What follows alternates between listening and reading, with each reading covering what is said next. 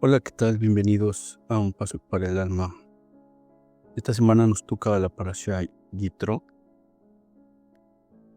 y dice que está escrito en la Torá: Yitro, sacerdote de Midian, suegro de Moshe, oyó todo lo que Dios había hecho. Citando, Rabí Eliezer abrió diciendo: Aarón alzó sus manos. Y está escrito de modo que sus manos aluden a una, porque la persona debe alzar su mano derecha por sobre su mano izquierda. En la Torá, antes de ir al desierto y ver a Moshe, Yitro es presentado como Cohen de Midian, es decir, el sacerdote o líder religioso de Midian, además de ser el suegro de Moshe. Yitro era sacerdote de Midian y la expansión como Cohen de Midian se extiende tradicionalmente como un jefe espiritual o una figura de un culto y autoridad religiosa de su pueblo. Era suegro de Moshe. La Torá lo presenta constantemente como un suegro de Moshe, lo que lo subraya con la relación familiar, además de su rol público. Yitro era un idólatra que conoció muchas religiones. Los Midrashim y Rashi explican que Yitro había sido experimentado y servido todos los tipos de idolatría antes de reconocer a Hashem o al Dios de Israel. Por eso su declaración ahora: sé que Hashem es más grande que todos los dioses, tiene tanto peso. Un ejemplo clásico que los comentaristas dicen es que Yitro no era un simple curioso, sino era una figura muy importante religiosa de alto rango que, habiendo probado muchas formas de culto, reconocer la unicidad de Dios, de Israel, y por eso su conversión se ve como muy significativa. ¿A qué se dedicaba Yitro en Midian? Yitro era un líder religioso. Como Cohen de Midian, presidía ceremonias, sacrificios y cultos de su pueblo. Era la autoridad espiritual local. Figura política y social en el mundo antiguo, el sacerdote principal solía tener también peso político y judicial. Por eso, cuando luego aconseja a Moshe sobre cómo organizar jueces, se extiende que tiene una experiencia en gobernanza y administración de justicia. Es maestro y consejero.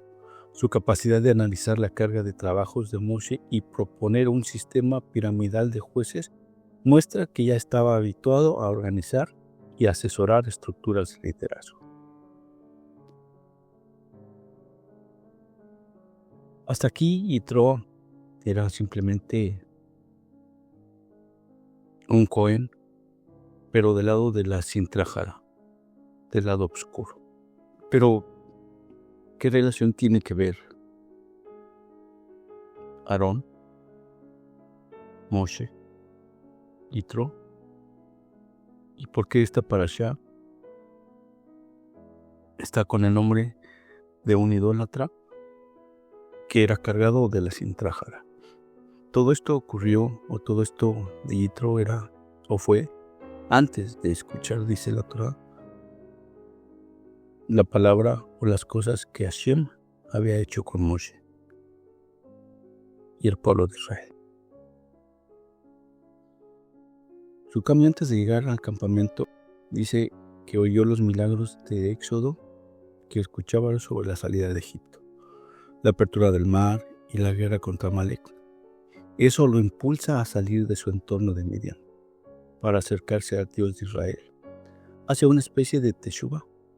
Muchas fuentes describen que abandona sus antiguas prácticas idólatras y se une a un pueblo de Israel, declarando que solo Hashem es el Dios verdadero.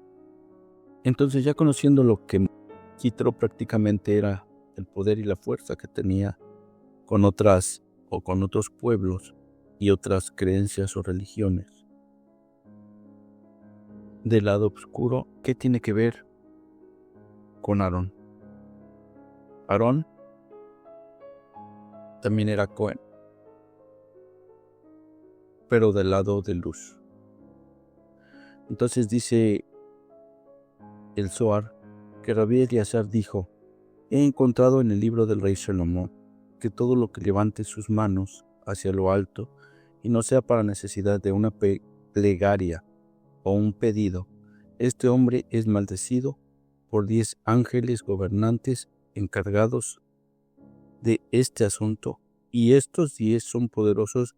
Por eso el individuo debe ser cuidado o cuidadoso en el momento de alzar sus manos a lo alto, de modo que lo haga solamente con una plegaria o en una bendición o en un pedido.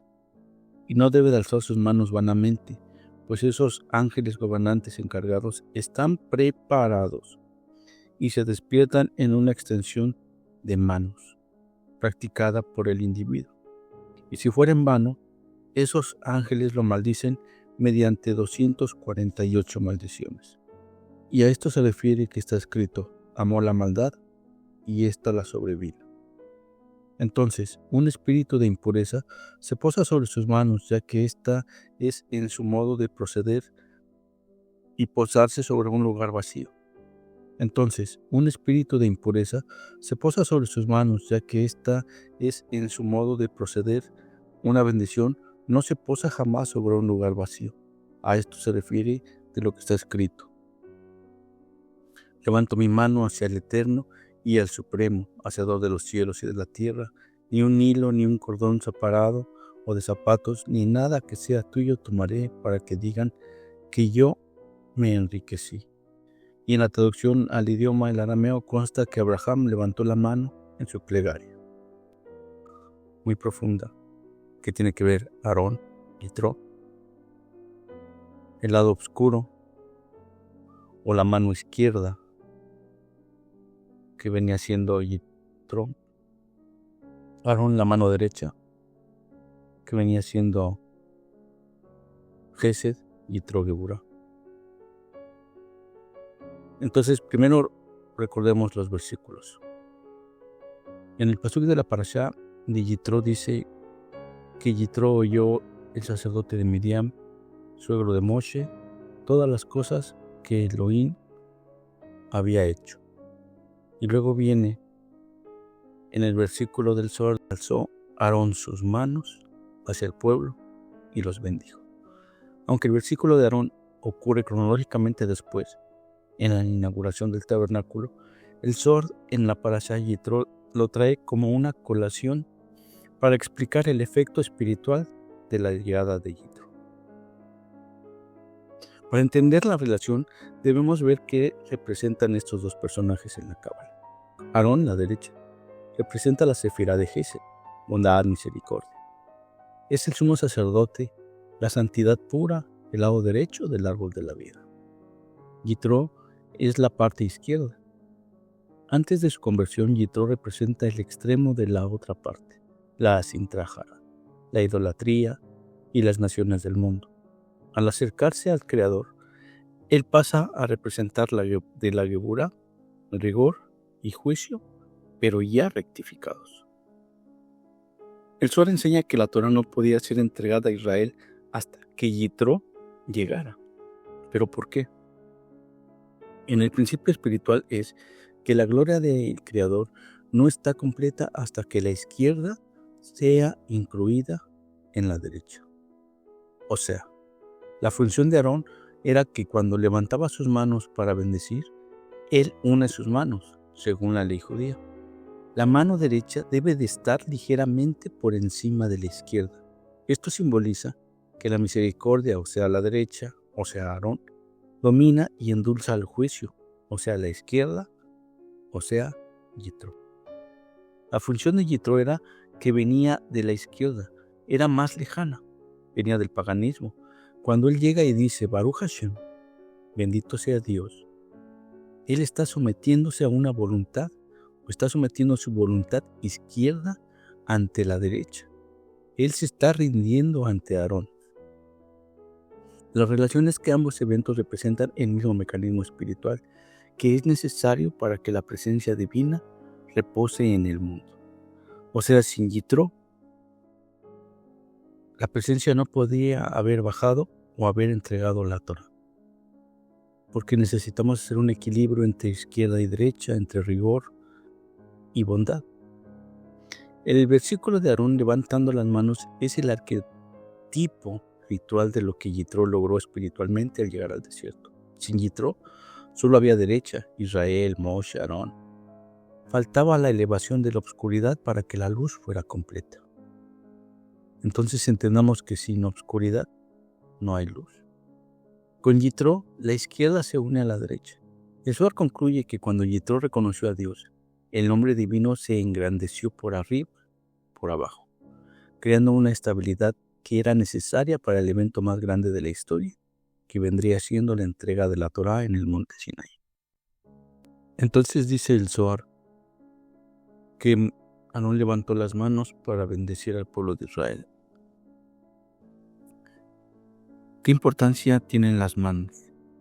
El Zohar dice que quien levanta las manos sin la intención correcta o en un momento inadecuado es maldito, porque permite que las fuerzas de impureza se agarren de sus dedos, dañando el flujo espiritual hacia los 248 miembros que corresponden a los 248 mandamientos positivos y a la estructura del alma. El requisito absoluto es para evitar una contaminación de los dedos o de los miembros, es lo que llamamos la Netilat Yadayim, lavado de manos. El Zohar explica que las manos humanas y especialmente sobre las puntas de los dedos reposa un espíritu de impureza, Ruach Ra, mientras dormimos o cuando las manos están sucias espiritualmente. El peligro es que si levantamos las manos con esa impureza, estás ofreciendo esa energía sucia hacia lo alto. Esto provoca un cortocircuito.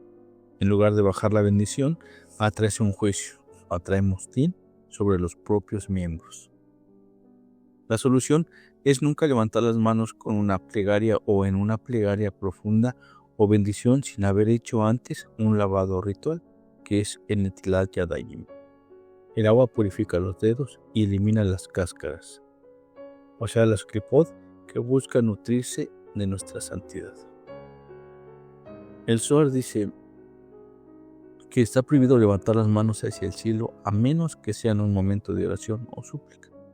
Las manos contienen 5 dedos de cada una, 10 dedos, y que son las antenas que corresponden a las 10 sefirot. Entonces en cada dedo o en cada mano existen 5 sefirot, 5 de rigor y 5 de jes.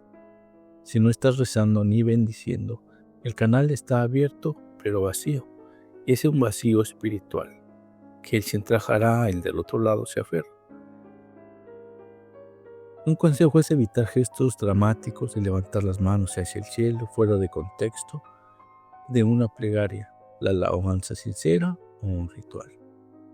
La intención o la kavaná, que es una unificación contra una separación, es para protegernos en todos nuestros miembros, que la mente debe estar alineada con el gesto al levantar las manos con intención de que debe de ser una unificación de lo bajo con lo alto o de la tierra con el Creador. La mano derecha, que Gesed, debe dominar ligeramente sobre la izquierda, siempre. Si levantas la izquierda por encima de la derecha, entonces si la separas con un propósito, estás dando una fuerza al rigor severo, lo cual puede dañar espiritualmente a una persona.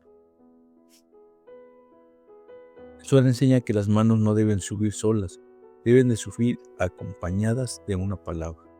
El acto físico, o sea, las manos, y el acto verbal, o sea, una boca, una oración, deben de ir juntos. Si levantas las manos en silencio absoluto, sin ni siquiera una meditación interna de los nombres de Dios, se considera un cuerpo sin espíritu, y las fuerzas negativas atacan a lo que no tiene vida santificada. Para evitar dañar a una estructura espiritual, al hacer estos gestos debemos asegurarnos de cumplir con estas 3 condiciones simultáneas. La primera es una pureza en las manos lavadas ritualmente. La segunda debe ser un propósito, hacerlo dentro de un contexto de plegaria como una midá o a recitar un Baruch Hashem o la bendición sacerdotal. Y sobre todo, la humildad. El Zohar dice que quien levanta las manos, uno debe sentir temor del cielo, reconociendo que estás tocando los secretos más altos del universo con tus dedos. En síntesis, el daño se evita cuando el gesto es un recipiente para una oración y no hay acto o un acto vacío.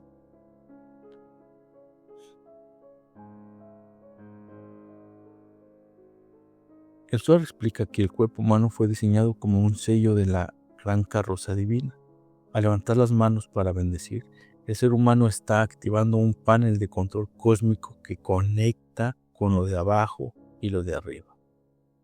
El universo fue creado a través de 10 emanaciones divinas, 10 sefirot, como el hombre fue hecho a imagen y semejanza. Sus manos portan este diseño. Los 10 dedos corresponden a las 10 sefirot. La mano derecha representa las 5 sefirot de bondad, que viene siendo Gesed, y la mano izquierda representa las 5 sefirot de rigor, o sea, Geburah. El dedo significa, o cada dedo significa una sefirot. El pulgar, que viene siendo Jodma en la mano derecha, y Binah en la mano izquierda, el entendimiento. El índice, que representa el Gesed, es la armonía o el amor y la gracia, y en la Geburah el poder y el juicio. El de en medio, que es Tiferet, representa la belleza en armonía, y en la mano izquierda el punto de un equilibrio. El anular, que es Nesak, representa la victoria y la eternidad, y en Hod, que es en la mano izquierda, representa el reconocimiento. Más el meñique en Yesod representa el fundamento, y en la mano izquierda Malhut representa el reino de la manifestación. La importancia de las manos para bendecir es que se necesitan las manos para que una bendición sea efectiva. El Zohar nos da 3 razones fundamentales. El canal de los 14 falanges, cada mano tiene 14 falanges, o sea, huesos de dedos. En hebreo el número 14 es el valor numérico de la palabra yad, que significa mano. 14 derecha más 14 de la izquierda nos da 28, y el número 28 es el valor de la palabra koach, que significa fuerzas o poder. Al levantar ambas manos, el sacerdote o el que bendice está activando el poder divino para que fluyan hacia el pueblo. La unificación de los nombres al bendecir los dedos o al bendecir, los dedos se colocan en una posición específica, especialmente en la Birkat Kohanim o la bendición sacerdotal. Estas posiciones forman letras con el nombre de Dios, Yuhed Vay. Las manos actúan como una antena que capta la luz infinita y la modula a través de las letras del nombre para que sea el ser humano pueda recibirlas estas sin quemarse espiritualmente. Como mencionamos antes, el secreto de la bendición es poder poner la mano derecha sobre la izquierda. Cuando Aarón levanta sus manos con su intención mental, era de que las 5 sefirot de la mano derecha abrazaran y calmaran las 5 sefirot de la mano izquierda. Si no hay manos, no hay contacto entre las energías y el juicio permanece severo. El Sol menciona que la luz de las sefirot salen precisamente de las yemas de los dedos. Por eso, en la bendición se extienden los dedos para proyectar luz. En la Abdalá, al final de Shabbat, miramos las uñas frente a la vela para ver el reflejo de esa luz divina que sale de nosotros. Por esta razón, el Zohar advierte que quien tiene las manos sucias o levanta las manos con malicia está manchando y la representación de la sefirot en el mundo, lo que causa un daño a los 248 miembros que ya hemos mencionado antes. En la bendición sacerdotal, los Kohanim dejan 5 espacios entre los dedos. El Zohar dice que a través de estos espacios la Shejinah, o sea, la presencia divina, se asoma en él. Y este es el cumplimiento del versículo del Cantar de los Cantares que dice: Él mira por las ventanas, se asoma por las celosías. En el Zohar Yitro no detalla un proceso formal de Likiyur como la halajá moderna, Mikveh, Milá, Beidin, sino que describe la transformación espiritual de Yitro como un despertar místico vía revelación y unificación seféurica. Declaraciones y rol, presinaí, oír, reconocer, alegrarse, bendecir, y ofrecer sacrificios, conmilando en su honor por Aarón. Oye la revelación, Yitro, sacerdote de Midian. Oye todos los milagros de Dios por Israel, éxodo, plagas, mar rojo, despertando curiosidad espiritual equivalente a un estudio inicial. Declara también que ahora que Hashem es el mayor que todos los dioses, probando todas idolatrías. El Zohar dice que es como una unificación de las 10 sefirot, vía manos elevadas en una plegaria, doblegando la Geburot, o sea, a la izquierda. Se alegra, bendice a Hashem por salvar a Israel, transforma el nombre Yeter, que quiere decir exceso pagano, en Yitro, agregando una Vak, conectando intelectual Yod con una práctica. Ofrece Olá y Sebahim ante Hashem. Come con Aarón, con los ancianos, símbolo de una mikveh, de un sacrificio, uniendo carrozas, atzilut, juntando los 10 dedos para hacia arriba, haciendo una unificación. Toca el shofar. Según algunos midrashim, el Zohar anuncia Torah. Hashem da la Torah solo tras su conversión, validando universalidad, conversión íntegra y una izquierda al pueblo. Eso es lo que Yitro logró ver o logró entender para poder llegar a Moshe. Pero en los tiempos de hoy las cosas cambian demasiado y radicalmente. Cuando un no gentil o cuando una persona no judía acepta verdaderamente a Hashem como el único creador, no está ganando algo religioso. Está perdiendo una estructura entera que sostenía su ego, su cultura y su control. Eso es lo que le cuesta. El mundo gentil está construido sobre mediadores, santos, vírgenes, ídolos, energías, maestros iluminados, el universo, etc. Aceptar a Hashem implica decir que no hay nadie más a quien rezar, a nadie más a quien culpar y nadie más a quien manipular. Eso es aterrador, porque el ser humano quiere atajos espirituales. Hashem no es un amuleto, es voluntad absoluta. Abandonar la identidad religiosa heredada es para la mayoría de las personas. Dejar su religión no es una fe, es una identidad familiar y tribal. Aceptar a Hashem significa que mis padres, mis abuelos, mi iglesia, mis fiestas estaban equivocados. Y eso es demasiado terror para una persona. Eso duele. Más que cualquier castigo divino, es una muerte social y psicológica. Dejar de usar a Dios para justificar deseos. En la mayoría de las religiones, los gentiles usan a Dios para bendecir lo que ya desean: guerras, dinero, dominio, sexo, poder. Hashem no bendice tu ego. Hashem no exige que tu ego muera. Eso es inaceptable para la mayoría de las personas. En el monoteísmo verdadero se dice que si se hace el mal, no es el diablo, no es tu pasado, no es tu trauma, eres tú. No hay un chivo expiatorio, no hay sacrificio humano que pague tus culpas. Solo la teshuvah, o sea, un retorno y una corrección. Eso asusta porque te deja desnudo ante la verdad. Perder el control espiritual en la persona no creencia en el judaísmo. El goy es religioso y quiere un Dios que perdone sin cambiarlo, que ame sin exigirle y que lo salve sin juzgarlo. Hashem no es eso. Hashem es rey, no un terapeuta ni una mascota espiritual. Aceptar a Hashem significa aceptar que no mando yo, que no decido yo y que no defino yo el bien y el mal.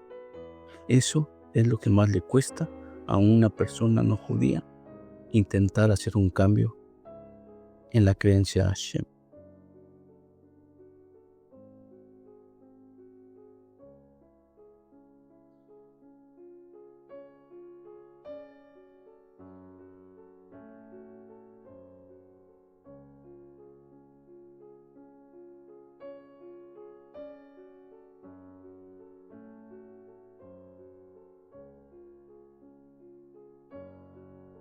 Un judío que reconoce a Hashem como único creador es llamado en la Torá Ger Tosad, un residente justo.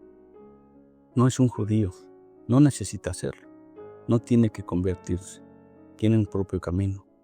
Puede servirle directamente a Hashem, puede rezarle, puede hablar con él, puede agradecerle y puede pedirle, sin intermediarios, sin imágenes y sin santos, sin hombres divinizados. Hashem escucha a las naciones igual que a Israel cuando hay verdad. Puede cumplir los 7 mandamientos noágidas, que son el pacto que Hashem hizo con las naciones. No idolatría, no blasfemar en contra de Hashem, no asesinato, no robo, no inmoralidad sexual, no comer animal vivo, que es una crueldad, y establecer justicia. Eso es lo que vive, según esto, un llamado en el Talmud, un justo de las naciones, y tiene parte en el mundo venidero. No necesita iglesia, no necesita bautismo, no necesita fe en otro. Él puede estudiar Torah, pero lo que le corresponde. Un goy sí puede estudiar Torah, claro que sí. Tiene Génesis, Salmos, Proverbios, Profetas, leyes morales, el Zohar ético. Lo que no puede estudiar es una halajá interna, un Shabbat como pacto, leyes de Israel como una nación. ¿Por qué? Porque eso es un contrato matrimonial entre Hashem e Israel. No se espía un matrimonio ajeno. ¿Se puede elevar su alma sin convertirse? Claro que sí. Esto destruye un mito cristiano, que nadie necesita ser judío para agradar a Dios. El Zohar dice que un justo de las naciones puede elevarse tanto como muchos judíos religiosos, porque Hashem no mira pasaporte, mira una corrección interior. Un goy que acepta a Hashem sale de su Santa Trinidad, de sus santos, de sus mesías humanos, de sus energías, de su karma, de su universo, y entra a una relación directa con el Creador. Eso es una libertad espiritual. La mayoría no soporta esto porque no hay música emocional, no hay un líder cristiano o carismático y no hay una promesa mágica. Solo responsabilidad, verdad y Hashem. Eso es por lo que el mundo huye.